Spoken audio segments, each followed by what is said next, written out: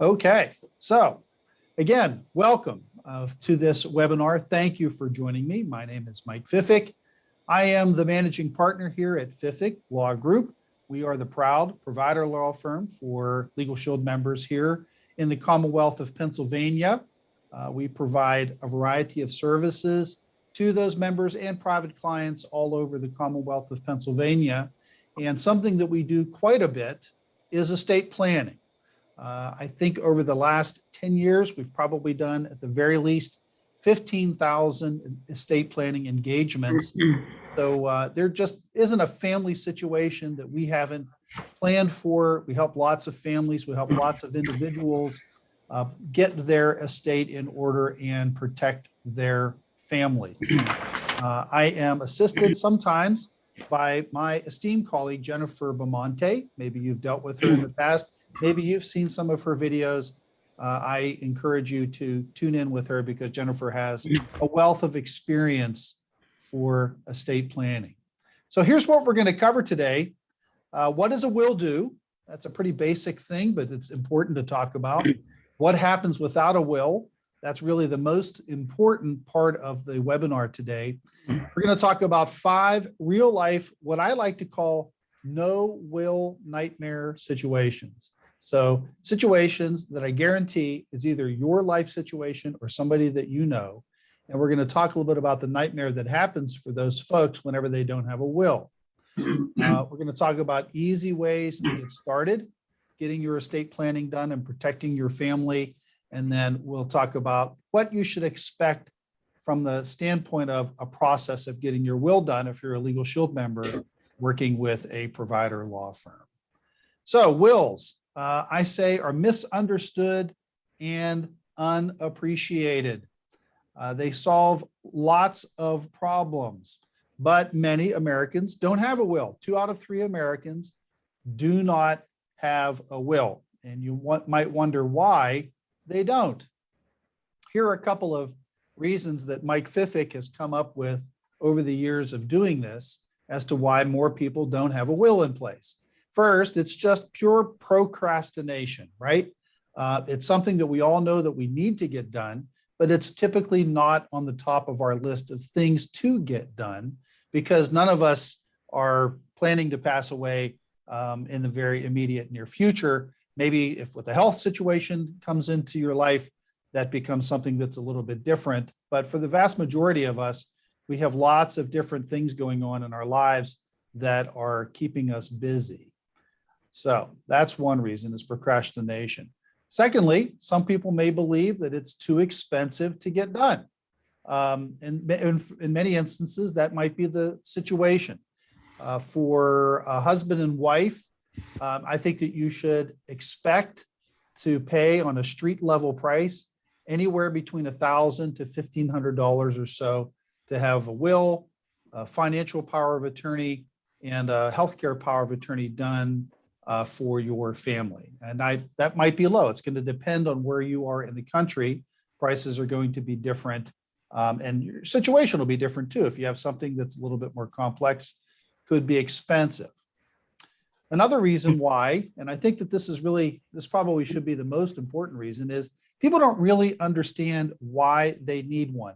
I think most people generally have an understanding that it's a good idea to have a will, but maybe they don't understand exactly what not having a will, what impact that might have on their particular situation, or, and most importantly, their family, their loved ones. What impact is it going to have on their loved ones if they don't have a will?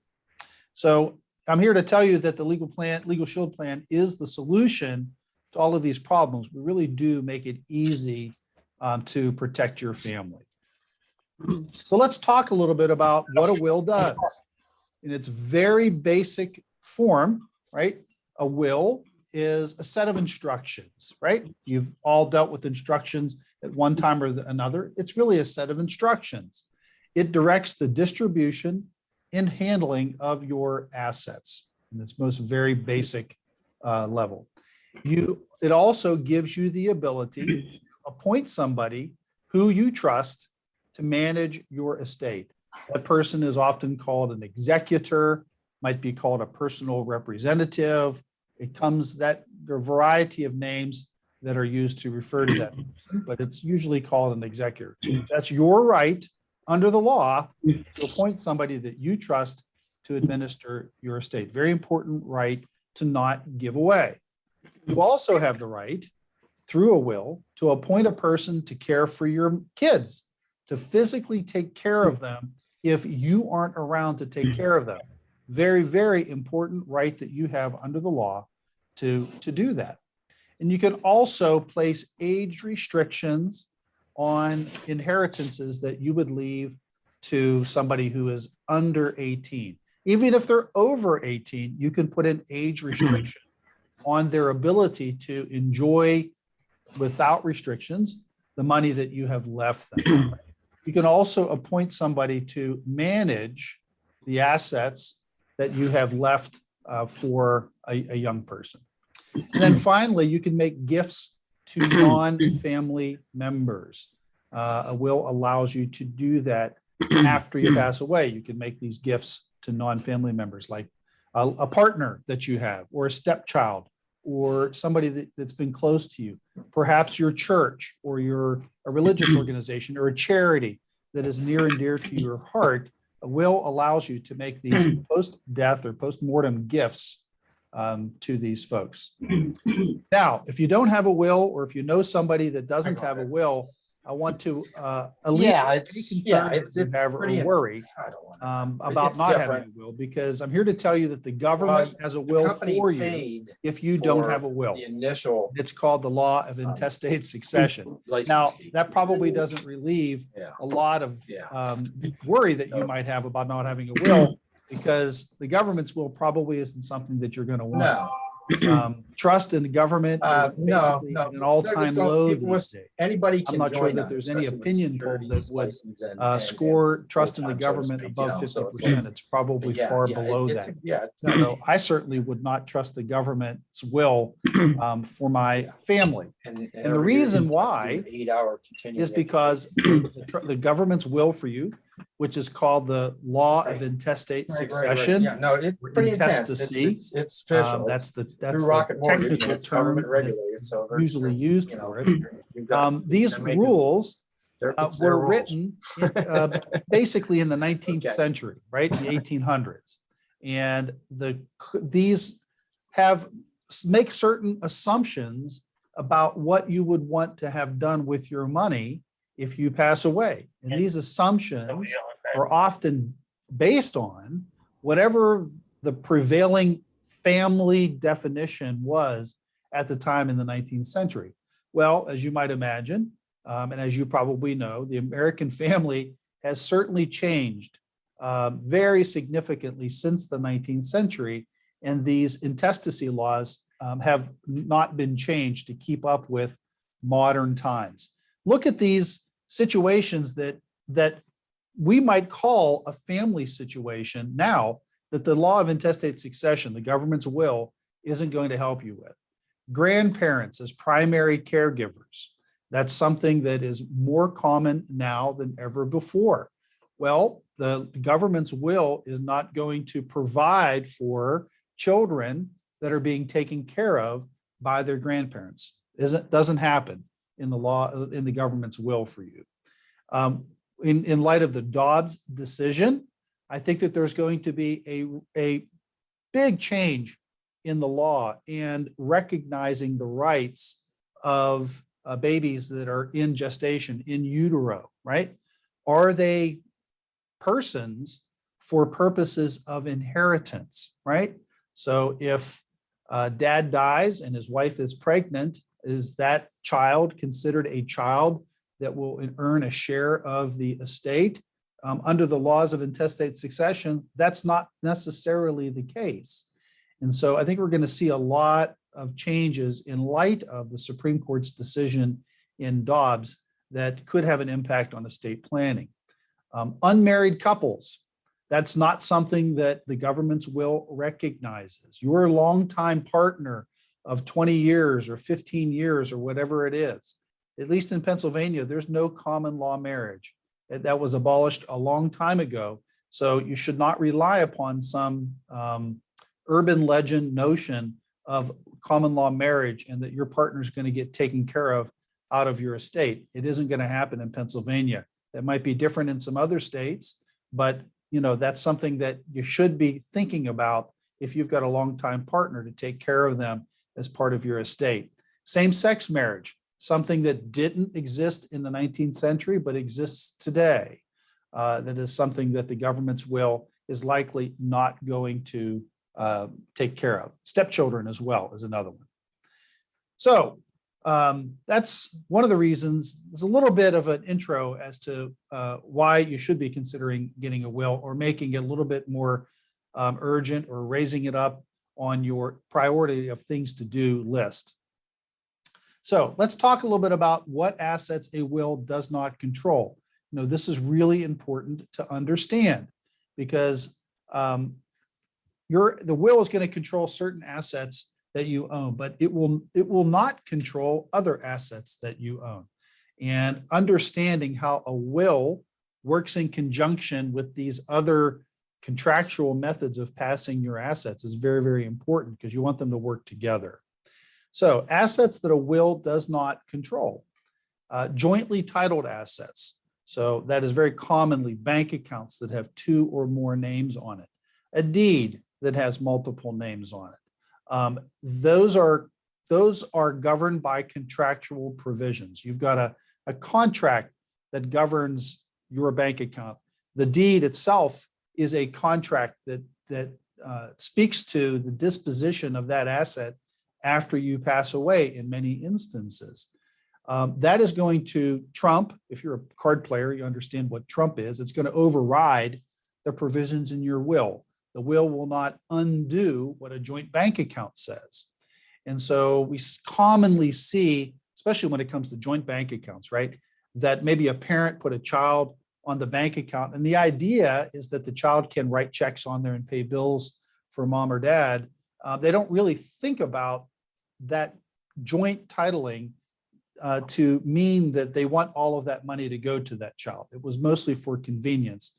And the people at the bank aren't going to explain all of the ramifications of putting somebody's name on an account to you. They're not really qualified to do that kind of a thing. But just understand, for this purposes of this presentation, that is basically an estate planning provision, that all of that money is going to go to whoever else is on that account after you pass away.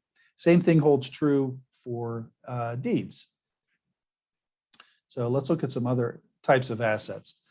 Assets that are controlled by a beneficiary form of some kind also will not be controlled by your will. And so common assets would be an individual retirement account, IRA, right? Many of us have IRAs, a 401k, a 403b account, pension, annuity, life insurance policies. All of these, you can pass them to somebody else using the beneficiary form. Of course, a big boo-boo is not completing the beneficiary form. We could talk a little bit, a lot more about beneficiary form boo-boos. There is an article on my website that is called Beneficiary Form Boo-boos. You can find it at fiffiklaw.com. And it talks about all the kinds of mistakes that you can make by incorrectly or incompletely completing a beneficiary form. But just understand that that beneficiary form is going to trump whatever it is that you have in your will, or override it. If you have assets in a trust of some kind or in a trust account, the provisions of that trust are going to dictate the disposition of that money, regardless of what your will says. So, just as an aside here, we do quite a bit of estate administration, and we also get involved in claims involving estates, and trusts. And sadly, we do see bad actors out there taking advantage of people, trying to convert their assets to themselves, to steal it, to cause wills to be changed, things of that nature. The creative thief, the creative person who is trying to take money from somebody, typically they don't change the will, they change the beneficiary forms. And because a lot of people have this misunderstanding that the will, whatever the will says, is exactly how all of that person's assets are going to be distributed. And they, will come to this understanding perhaps too late that that's not necessarily the case. And in fact, all of a person's assets can be siphoned off by virtue of beneficiary forms and joint titling of assets, so that nothing actually passes according to the will. So the creative thief doesn't have to change the will. They just retitle the assets, or change up all the beneficiary forms to get things done. So it's not unusual that we see that kind of a thing, especially in anticipation of death. So something else that I want to talk to you all about that we kind of all have to wrap our mind around, right? Another type of an asset that we all have, and maybe you don't think about it this way, are digital assets, right? Our lives are increasingly being digitized. We're moving our assets into the digital world, right? That's where a lot of our stuff is. And here are some examples of digital assets. And if you haven't made a provision for the disposition of these assets in your will, and you can do that, right? You're really missing the boat on a big part of what I think estate planning is going to have to include. It already needs to include some thought concerning your digital assets. All of us have, on average, about 150 digital accounts, access to which is governed by a username and a password, right? And if it's got a username and a password, there's a reason for that, because it has some level of value to each and every one of us. Some of these assets have financial value, real financial value, like you have online bank accounts. Perhaps you have reward points that have dollar value to them, those types of things that are out there. But maybe some of them are more sentimental value, or maybe they just have value from a privacy standpoint that you want to keep them private. So we've got about 150 of those accounts on average. And then we have, on every digital device that you have, whether it's your phone or your laptop or your iPad or whatever it is that you use, on average, we have about 3,000 digital files on those devices. And so there's a ton of information. You have a ton of assets. If you think of a document as an asset, if you think of a family photograph or a set of photographs as an asset, we have tons and tons of assets that are basically stored in the cloud, in the digital world. You may want to give some thought to what you would want to have happen to those assets after you pass away. Here are some examples. Email accounts. How would you want those managed? Because they continue to live after you don't live, right? Your email account is receiving emails. People are trying to communicate with you. What do you want to have happen with that? Your social media accounts.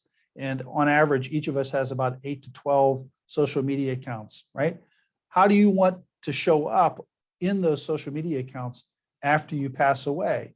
You may want to give a little bit of thought to what happens with all of that after you pass away.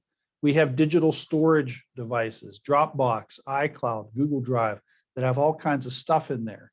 Would you want that to go to somebody after you pass away? Maybe that's where you keep all of your family photos, because none of us have photo albums anymore, right? Those are long gone, a blast from the past. Now we keep them on our phones or, in these online storage devices. So virtual currency, right? Virtual currency, we're going to talk a little bit about that later, like cryptocurrency, Bitcoin, Ethereum, those types of things. These are all examples of digital assets that you need to be thinking about as part of your estate. So a couple more reasons why you might want to create a digital estate plan or incorporate a digital estate plan in your estate plan. Maintain privacy. For lots of people, they have things on their devices that they want to maintain as private for whatever reason. Maybe it's your medical records that you have on there. Maybe it's photographs that are of a personal nature. Perhaps maybe they're your digital devices or your digital accounts would reveal relationships that you wouldn't want others to be aware of. Whatever it is, it's idiosyncratic to each and every one of us, but I think we all place a great value on our privacy. We have so little of it anymore, right? In the digital world, it seems like everybody knows our business, and your, Amazon or Google device that are in your home is listening to everything that you have to say. But we want to maintain a certain level of privacy. And so you may want to make sure that those things that you want to maintain to be private, to continue to be private even after you pass away. Control your online persona. Give your family greater peace of mind.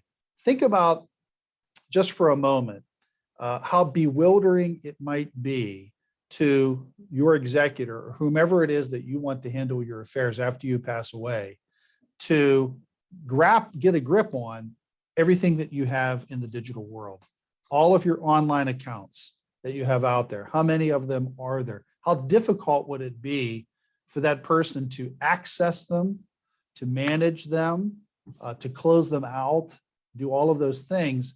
If you've got 150 accounts, let's say, on average out there, that is a huge job for somebody to take care of. Maybe you've done that yourself for a loved one, and you know firsthand how difficult that can be.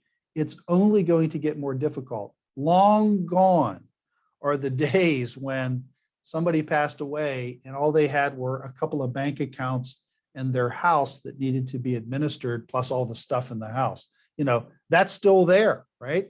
Except now everybody has all of this stuff in the digital sphere, and it's that much more that we have to have taken care of after we pass away. You certainly would want to protect your assets from the risks like identity theft and hacking and fraud. Post-mortem fraud is a real problem that is happening, where people will hack into your accounts after you pass away and pretend that they are you. Would you want somebody hacking into your email or your online account and pretend that they were you and communicate with people and take advantage of them after you pass away? So these are just a few of the many reasons why we really have to start wrapping our minds around our digital assets, what they really mean for us after we pass away, and how we would want to have them handled. Quick example, and this is sort of a transition into the no-will nightmares, right? And I often talk about not being a digital dummy if you have cryptocurrency, right? And maybe you have cryptocurrency, maybe you don't. The number of cryptocurrency owners in the United States doubled between 2020 and 2021. So it's something that's going to be a bigger and bigger part of all of our lives. And if you know anything about cryptocurrency, you know that you've got a code basically that to access your cryptocurrency, and that's it. If you lose it, if you don't write it down, if you don't pass it on to somebody else, they have no ability to access your cryptocurrency, and it ends up being worth zero. And so the storage of these access codes, is a big issue. And here's Matthew Mellon. This is a cautionary tale of a major cryptocurrency investor, $500 million. Matthew Mellon his name isn't an accident. He is one of the Mellons of the Mellon Bank and the Mellon fortune, over the years. I think he's also a downline from the Drexel Burnham Lambert investment house. He had $500 million in cryptocurrency, and he stored his access codes in what are referred to as cold wallets, meaning in safe deposit boxes in banks. And then he died unexpectedly at a relatively young age of 54 and died in 2018. But he didn't tell anybody where these codes were and where these cold wallets were. They call them wallets, to where you keep these access codes. And so nobody has been able to find them since then. And his $500 million of cryptocurrency is worth zero. It's worth nothing. All that work that he did to accumulate that, all the smarts that he had to be a crypto investor amounted to zero for his family because he didn't have an adequate digital estate plan in place. So let's talk about some no-will nightmares, right? Nightmare situations that can happen maybe in your life or in the life of a friend or a family member whenever you don't have a will. And this is because people just don't realize what happens whenever they don't have a will. So first situation, let's talk about blended families. This is not something that's uncommon at all in our society, right? You've got a couple, maybe they're married, maybe not.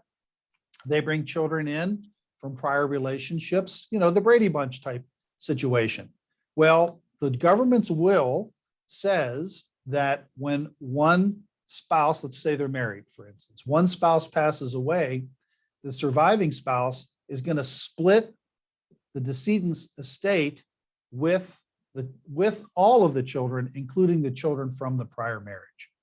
And, that can be a disastrous situation if, let's say, husband brings the marital residence into the marriage. He had it from a prior relationship, and he didn't happen to put his wife's name on the deed.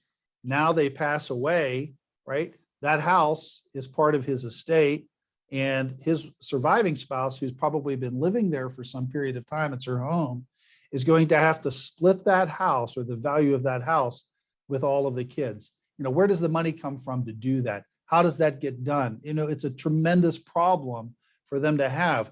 Maybe she has to borrow money against the house, even if she has the ability to do it, in order to satisfy the inheritance from her husband's, the inheritance due to her husband's kids. So it can be very difficult situations. Don't do that to your surviving spouse. The vast majority of people want to provide for their surviving spouse after they pass away. And only after their surviving spouse passes away do they want everything to go to the kids and get distributed. That's how most people want to have that done. But that's not what the government's will assumes for you that you want to do. So really different than what a lot of people want to have happen. So that's a big problem. Unmarried couples, another difficult situation. The government's will does not recognize unmarried couples. There's no common law marriage recognized in the government's will for you. There's nothing in the law that says after you've lived together for a certain period of time, your significant other gets a share of your estate by operation of law. Just doesn't happen, doesn't exist. This happened, the survivor gets nothing, right? This happened to a friend of mine who was in a long-term relationship, engaged to be married, passed away suddenly before they got married. He certainly would have wanted his fiancée to have the vast majority of his estate, if not all of it. But they didn't have a will. He didn't provide for her. And she ended up getting very, very little other than a small insurance policy that he had. It definitely was not what he would have wanted to happen. And unmarried couples are more common these days too. It happens for younger people who are deferring the marriage decision for a longer period of time. And it also happens for folks that are, divorced or they're older and they defer the decision to get married later on for a variety of reasons. So it's very important for those folks to have a will to provide for one another because the government's will not provide for your loved one. Stepchildren. The government's will also does not recognize stepchildren. They get absolutely nothing out of a stepfather or stepmother's estate. And this is a particularly tragic situation that can happen. I know lots of people who have raised their stepchildren as their own or consider them to be their own. And when we put their wills together, they want their biological children and their stepchildren to be treated exactly the same. And the government's will does not recognize stepchildren and will provide them for nothing. Single parents. If you remember one thing from this presentation, this is the thing to remember. For single parents, it is vitally important to get your powers of attorney done and get your will done. Who is going to manage the assets that you leave to your children, especially if they're under age 18? If you leave children under age 18 cannot hold money in their own name. There's no bank that's going to open that account for the kids. You know that if you've tried to open a bank account for a young person, mom or dad's name needs to be on there for some period of time. But the law, at least in Pennsylvania, in many other states, is going to say that a minor cannot receive an inheritance from anybody, including their parents. And so the alternative is that money has to be placed in trust until that child reaches the age of 18. And who is going to be the trustee? Who's going to be the one who manages that money? You're giving up your right under the law to designate that person to manage the money for your kids. And what you're doing is you're leaving that decision to some nameless judge in your county that doesn't know you, doesn't know your kids, doesn't know your life situation. And they're going to pick somebody that you have no idea who they are. They may work with your kids. They may not work with your kids. Could be a big problem, but you're giving up a huge right that you have to take care of your kids after you pass away. God forbid it would be your ex, right? I mean, most people that, that are single, that have kids, maybe they're divorced, maybe they never got married, probably don't want their ex to have any opportunity or any chance to manage that money. You also give up the ability to name somebody to care for your kids, right? Who are they going to live with? Who's going to, tutor them at night? Who's going to get them to school and all their activities, things of that nature? You have the right to name that person in your will. And if you don't have a will and you're a parent with minor kids, you're giving up your right to say who's going to take care of your kids. Why leave that to chance? It might be an in-law that you don't like that comes in and petitions to take care of your kids. Don't assume that it's going to be the person that you want to do it. It may not. At the very least, there may be a fight over who takes care of your kids and where they live and how they grow up and the values that they're going to have. They may be very different than your values and what you would want for them. So this is a super important thing for single parents. Please, please, please get your will in place. It's vitally important, no matter what your age. Single people with no kids also need to get a will. For young people especially, they don't think about getting wills, but young people, especially in this job market, are getting excellent jobs, making good money, and they are accumulating assets, but they especially have digital assets, Facebook accounts, social media accounts, online accounts of one kind or another. They have a ton of assets, many times digital assets, that they may want to have managed after they pass away. Who's going to handle their estate? What happens to all of those things? Very, very important for single people, even with no kids, to get their wills done. It's going to probably go to their parents if they pass away. That's what usually the law of intestate succession says. And that may or may not be, what they want to have done. So let's talk a little bit about ways to get your will started. So if you're a Legal Shield member, you've got a Legal Shield app or an online website that you can go to get things started, to request a consultation with your provider law firm wherever you are, and to provide them some information that they need to assist you in getting your will started. You can also fill out a paper questionnaire.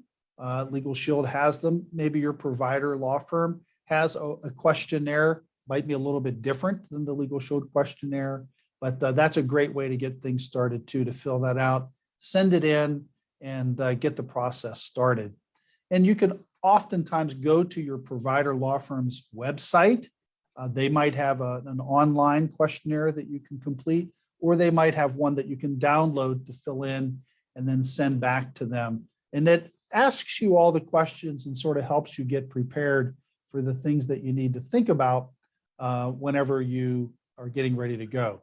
I always jump ahead whenever I do this. I talk too much before I come to these slides, so I apologize. But your Legal Shield app, you can download from iTunes and Google Play and get started anytime, anywhere, 24/7. If you do have the Legal Shield app, I highly encourage you to regularly download updates to the app, because it changes quite a bit. And if you're not downloading updates to it, you're missing out on new features that will enhance your member experience. So by all means, please download the updates to that pretty regularly. And again, you can request the Legal Shield questionnaire. If you're wondering whether your law firm has it or where to get it, you can just go to my website at fiffiklaw.com, go to the Legal Shield page, and you will find the will questionnaire there to download. Doesn't matter what state you're in, you can download it from my website if you would like. And you can also go to your provider firm's website and see whether they've got some type of an online form that you can complete. We have one on my website. Again, if you go to fiffiklaw.com and go to the Legal Shield page, you will see a little thing pop up that is interactive that you can complete. And it only takes you about 10 minutes or so and asks you all the questions that we need to have answered by and large in order to get the process started. So before you begin, a couple of things that you're going to want to be thinking about. First and foremost, your attorney is going to need your name, your contact information, your physical address, your mailing address, your phone numbers, your date of birth, email address. Typically, they want all of that stuff.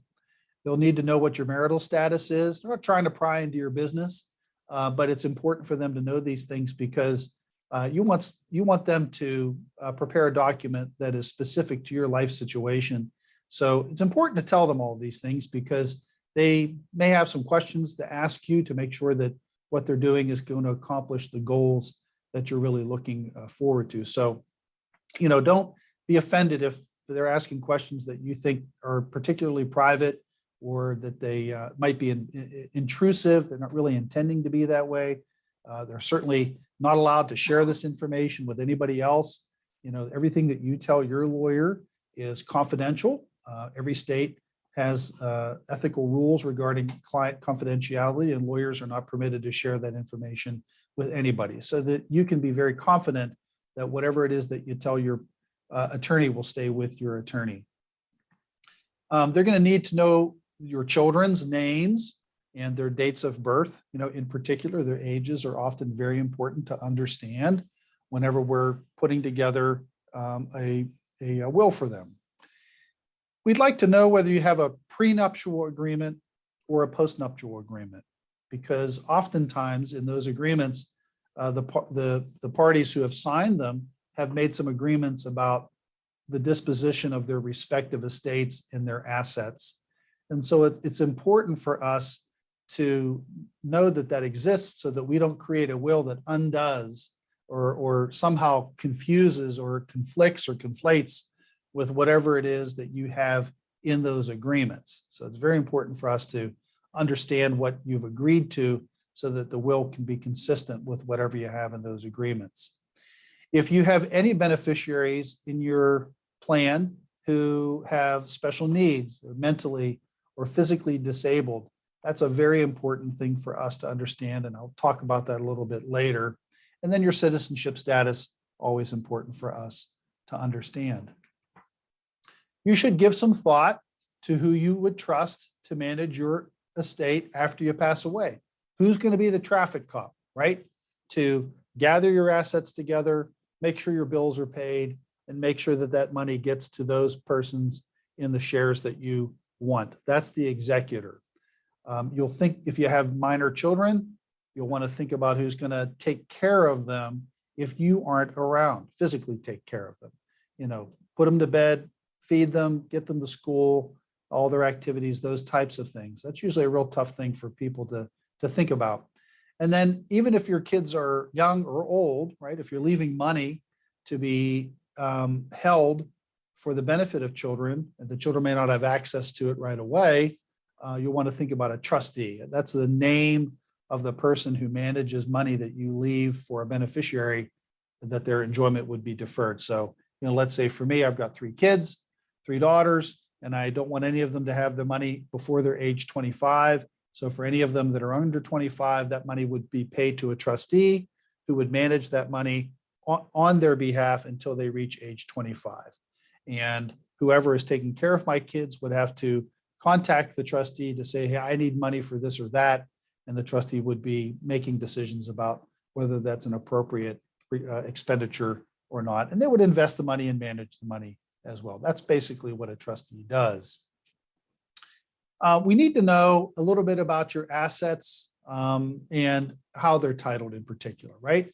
So especially there are some special things that we would need to talk about retirement accounts, because there are restrictions on what you can put in beneficiary forms for those and what happens to that money after you pass away. So there may be some special conversations or considerations that we need to engage in the event that you've got retirement accounts.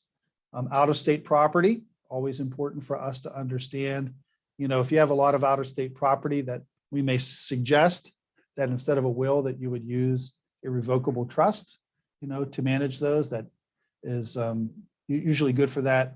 And then any kind of specific bequests that you would want to have. So maybe that goes to a charity, or you want to leave a little bit of money to a friend, something like that, or a piece of property. We would want to know that. So from a process standpoint, once you submit your questionnaire, the provider firm is going to get back to you asking any clarifying questions that they might have. Maybe you left something blank in your questionnaire, and that's totally okay, right? Want to just make sure that you understand that the most important thing is to get started. If you can't answer all of the questions in the questionnaire, that is totally okay. For most people, they never get started because they think that they have to have answers to all of the questions. Well, you don't, right? It's good that you can, but just get started. Leave something blank in there. That's totally okay. Your lawyer is going to sort of take you by the hand and help you get through the process, and maybe even help you answer some of those questions, or to become clearer once you have a conversation with your attorney that's assisting you with all of this. So don't not get started because you don't have answers to all of these questions. I think the most important thing is to just get started. And I think you'll find that you're going to get through it and get through a little bit faster rather than procrastinating because you don't have an answer to a particular question. So every situation is a little bit different. Some are going to get done faster than others. That's just the way it is, because it never ceases to amaze me how complex family situations can be. And every situation is just a little bit different. And people's understanding of how they want to have things distributed is sometimes just a little bit different. And what you put on a piece of paper that is entirely clear to you, and what I read on that piece of paper may not be entirely clear to me.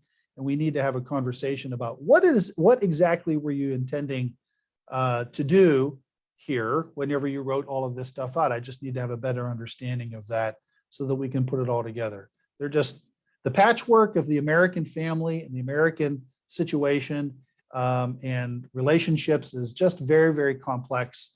And so it's amazing. It's interesting. It's engaging. We love doing it.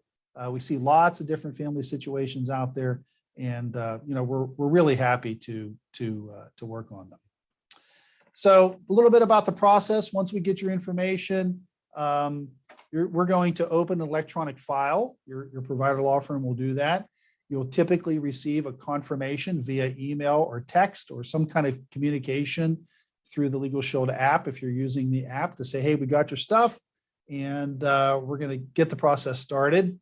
The law firm will contact you to get some clarifying information and prepare some drafts that'll likely get sent to you to review.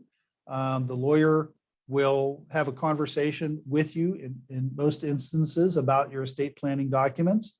And the idea is that once we have everything that we need, we get a draft out to you within 5 business days. And then after that, it's going to just depend on every situation when everything gets done, right? When you're available to talk to the lawyer, the questions that you have, maybe some additional changes need to be made and new drafts get sent out. So that process can take a little bit of time. I usually tell everybody a couple of weeks is a normal process from beginning to end. It doesn't always have to take that long, but that's not unusual. That's not unusual for a couple of weeks to happen with scheduling and everything else. You should always ask that you have a will prepared, that you have a financial power of attorney prepared, and that you have a medical power of attorney prepared. These may have different names in different states. A medical power of attorney might be called a healthcare directive. It may be called a living will. It has a bunch of different names, but basically you are naming somebody to make medical decisions for you whenever you are unable to do so. And that might be when you're temporarily unable to make medical decisions, or to make decisions for you whenever you are at the end of life, when you have an end stage medical condition and there's no hope of recovery.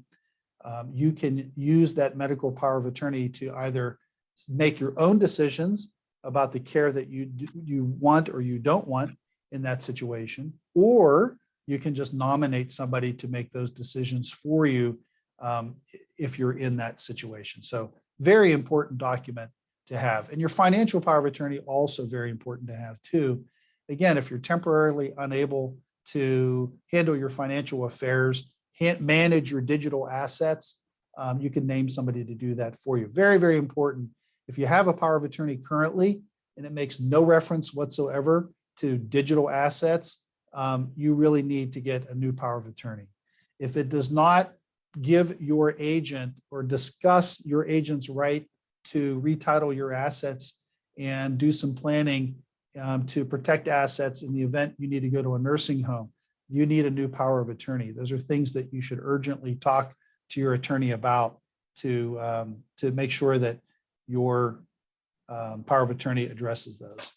And so I had mentioned before a couple of special situations that you'll want to talk to your lawyer about. If you have children with special needs and they're receiving SSI, supplemental security income benefits, there's some special planning that we need to do for you, because you really can't leave your estate to that child with special needs. It will cause them to be disqualified to continue receiving those benefits until that money is spent down. And that's really the last thing that we would want for you, is to cause that type of disruption in your child's situation. And it really can be a big problem. Plus, it's a waste of your money too. So we can place that money into a special type of a trust for the benefit of your children, and their eligibility should not be impacted in any way. So definitely we would want to talk with you about that, amongst a lot of things regarding children with special needs. I've done some webinars on that, so keep an eye out if you know anybody or if that's your life situation, where we can talk a lot more in depth about that. You should definitely be creating a digital asset inventory, writing down all of the digital assets that you have, how to access them, and what you would want to have done with them after you pass away. So, you can, a lot of these accounts give you the ability on a one-on-one basis to designate what happens with these accounts. So for example, if you have Gmail, you can set your Gmail account up to basically close itself out if there is a period of inactivity, meaning you haven't used it and logged in after some period of time. It'll just go away, but you can go into each one of these accounts and do that. That's sort of the laborious part of all of that. That's a difficult way to manage these assets. And it's particularly difficult if you leave that job to somebody else. If you find it bewildering or overwhelming to think about going into each one of your 150 accounts to use whatever tools they give you to provide for what happens with that account after you pass away, think about how overwhelming it is for somebody that's not you, that's going to have to go in and do all of that stuff. It's a lot of stuff for them to do. And so what I suggest that you do is you look for a provider. There are providers out there that will do this stuff for you. One of them is called Final Security. We've partnered with Final Security. If you have an account that's available on a subscription basis, you can put all of your digital accounts and things of that nature in Final Security. That's where you can keep all of your usernames and passwords and PIN numbers and all of that good stuff. And you can designate somebody to handle all of these accounts after you pass away. And if Final Security gets proof of your death, then they will provide access to your Final Security account to whoever your designee, who can then manage all of those assets. You can also have Final Security automate what happens with some of these assets after you pass away. So Final Security will literally go in and clean your social media accounts out, your email account. It'll clean all the data off your phone or your laptops and get rid of everything that's on there. Can even post a post-mortem message, autoresponder on your email, or a post-mortem post on your Facebook page, those types of things. And you can even record a final goodbye. So it's a wonderful service.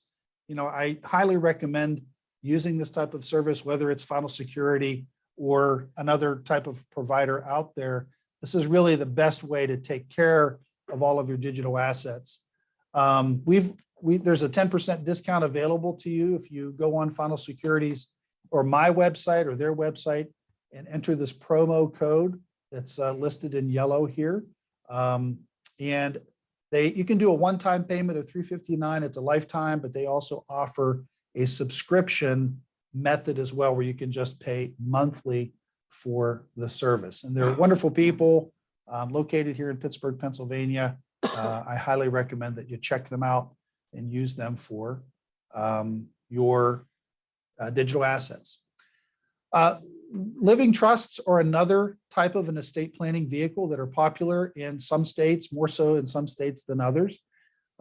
These are just as good of an estate planning tool as a will is. It does the same thing, but it has other characteristics to it that wills don't.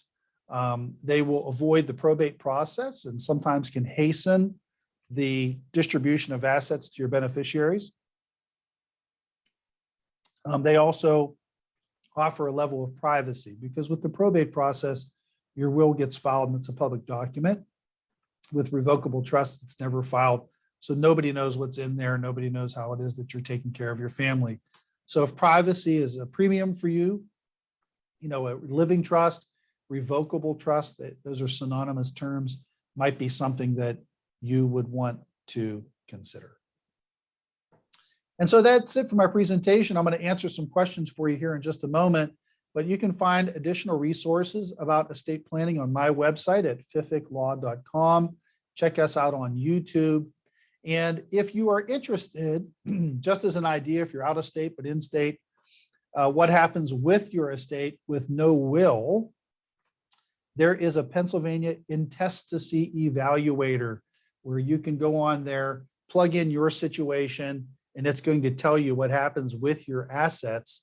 So especially if you're in Pennsylvania, that's a pretty good idea to plug into that. But even if you're not in Pennsylvania, our intestacy laws aren't so terribly different than most in most states. It'll give you some kind of an idea of what's gonna happen in your state. Okay, so with that, let me see if I can answer some questions that you have. Let's see here. I'll go from top to bottom. A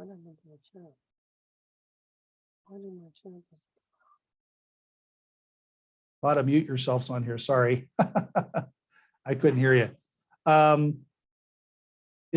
So Tracy asks, is it better to have a joint account or put a beneficiary on your bank account? I'm going to say it really depends on what you want to do, right, with your estate. Whenever you're working with these accounts that are going to send money somewhere, you want to make sure that it's consistent with what you have in your will. Keep in mind that if you have a joint bank account, that's like being in a partnership. Any asset that you put somebody's name on is like being in a little partnership, meaning once you put a joint account holder's name on that account, they can literally take all the money out of the account, right? They have control over that money in the same way that you do. And you don't necessarily have an agreement with them about, how you're going to manage that money, what the rules are about when each of you accesses that account. So whenever you just put somebody's name on the account with nothing else, there are no rules of the road that govern what happens to it. So they can literally take all of the money out of the account. And believe me, I've seen that happen, right? If they have creditors that are chasing them down, their name on that account means that that account may be vulnerable to some type of a collection action where they get all that money out of their creditor, takes all the money out of your account, even though your joint account holder didn't put that money in there. So, you're inviting them into your life and they bring all of their problems into your joint bank account too. So for sure, just standing on its own, I would name a beneficiary rather than a joint account holder. You can also give somebody the right to write checks on your account without putting their name on the account. And make sure that if you need that type of a service, that you talk to the bank about that type of a limited access to your account rather than putting them on as a joint account holder. That's a really good question.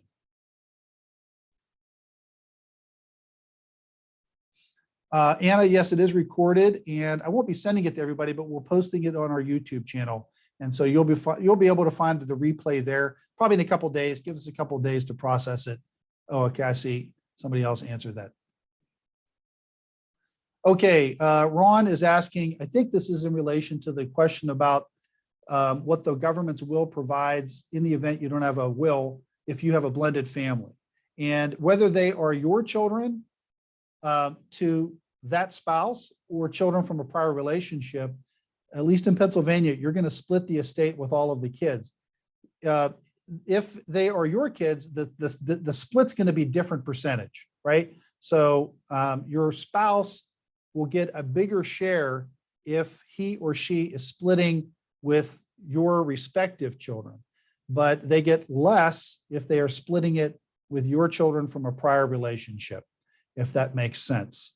So that's where that's important.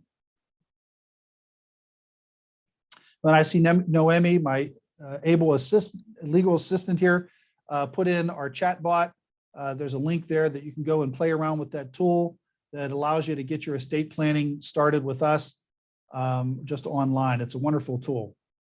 Ron is asking, do I have an inventory form for a digital asset that you can use? Yes, you can download that from my website. So if you go to the estate and planning section of my website, you'll see a subsection on digital assets, and you will find a digital inventory there that you can download.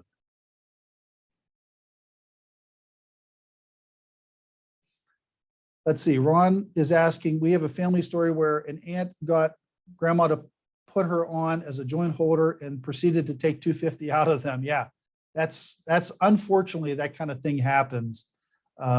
Sadly, more often than you might realize, where somebody has access to somebody's account and they transfer the money out, or they retitle property before mom or dad or grandma or grandpa or aunt or uncle die. They get them to change the beneficiary forms, things of that nature. That is a frequent source of litigation. I'm literally in court on a couple of different cases just about that very thing, where sister took care of her father and basically retitled all of his assets in the last year or two of his life. He was blind and he was significantly disabled. So whether he actually knew, participated, and agreed to all of that stuff is highly questionable. But lo and behold, after he passed away, even though his will said split everything evenly between my two children, the assets had already been retitled or left to the daughter, leaving her brother out in the cold with nothing. And of course, she felt justified in doing that because she took care of her dad, but that's not necessarily how the law works. So those are the tough types of situations. So Tracy asks, is it true that even if you have a will, your assets will go to probate unless you have them in a trust? So if you have a will and your assets are passing by virtue of your will, you are going to go through the probate process. Probate basically means that it's a court-administered distribution of your estate. The court typically isn't terribly involved, and if everything goes normally, the court has virtually no involvement whatsoever in the process. But the court is there to deal with disputes that might arise regarding the administration of the estate or distribution of the assets. It's also there to validate or approve the validity of a will. That somebody can't just come in with a piece of paper and say this is mom or dad's will, kind of a thing. So the probate process is there. Unless you die with all of your assets titled to a trust, you're going to go through the probate process. And I will say that even though when people do have a living trust or a revocable trust, it is not terribly uncommon that between the time they created that trust and the time they pass away, they changed or acquired accounts that are not titled in the name of the trust, because a lot of folks don't understand how to title assets in the trust or how they work, because they're complicated documents. And so it's not unusual for them to have to go through the probate process for some assets, then others are administered by the estate. So when's the best time to get your will done? It certainly is before you need it, right? So anytime. We try to make it as simple as possible. So if you're a Legal Shield member, really there's no excuse. It's part of your plan for a basic will. We try to make it as easy as possible. We have a great process. We do, I think, more wills than any other set of law firms in the entire country. So we want to be doing those. Ray, hi Ray, how you doing? An old friend here from Pittsburgh who has since moved away. Should we ask for a trust to be set up at the same time when we get our will done? Yes, if you're going to have a revocable trust, every estate planner is going to tell you that you need to have a will as well. And the reason they tell you that is because of what I just said, is many people pass away with not all of their assets titled to the trust. So they have prepared what's often called a pour over will, meaning they have a will that says everything that's not in the trust goes to the trust after I pass away. And so they would always be prepared at the same time and in tandem. So I haven't really talked about trusts and their uses a whole lot, because this is a basic estate planning presentation, but there are lots of different types of trusts. There are living trusts or revocable trusts, meaning you can create them and get rid of them at any time for whatever reason if you want. But then there are also types of trusts that are called irrevocable trusts, meaning once you create them, your ability to change them or impact them is very, very limited. And those have a lot of use for tax planning and elder law planning for a variety of things. That's probably a topic for a different conversation or a different webinar along the way. So thanks for suggesting we talk a little bit about those. But that's a lot to do right now. Let's see here. Probate, Ron says probate per se is not bad if everything is set up right. Correct.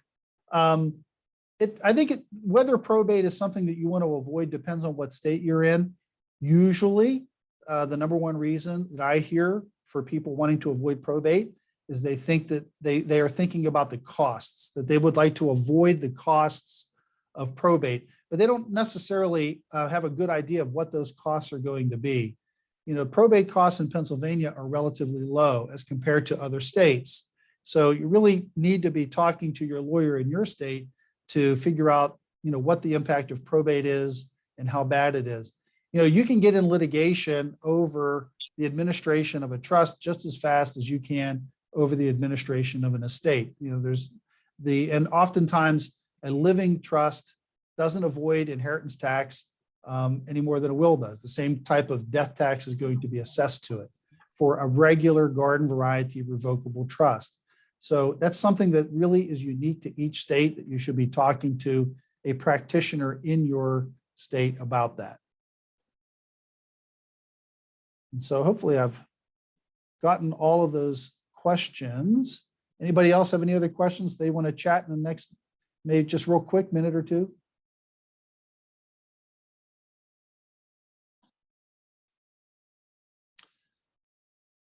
So let's see here. Jimmy says earlier when Mr. Fiffik mentioned about having a member submit a will questionnaire, even if it's not complete, you have a cautionary tale. One of my members in Florida was dragging her feet with the will questionnaire because she did not understand a few questions. You told her to send it in, even though she didn't have all the answers. She never did. Then she passed away. And the children began to squall. Well, that's a sad situation, right? Don't delay. Send it in, even if it's incomplete. I've prepared wills for people, even if they don't have all the answers, because I wanted to have them to have at least something in place. Something is better than nothing. And it was, I wouldn't want the perfect to get in the way of the good, as they say. Maybe you've heard that expression out there. And, even if they're a little bit undecided, let's get something down so that you're not relying on the government's will for you and for your family, because oftentimes that's going to have a bad result to it. So. Well, that draws us to a close. We're a little bit over time. I thank you all so much for attending today. I thank you for your patience. I hope that you've enjoyed this webinar and found it informative. Again, look for the replay on our YouTube channel. Just search for Fiffik Law on YouTube. If you like these webinars, please subscribe to us on Eventbrite. We have a page on Eventbrite. You can search for us at Fiffik Law. Anytime we post a new webinar, you'll get an email and it'll let you know what we're talking about. We do have some webinars coming up in the future. You can find those all on Eventbrite. And with that, I bid you all a good day. Take care.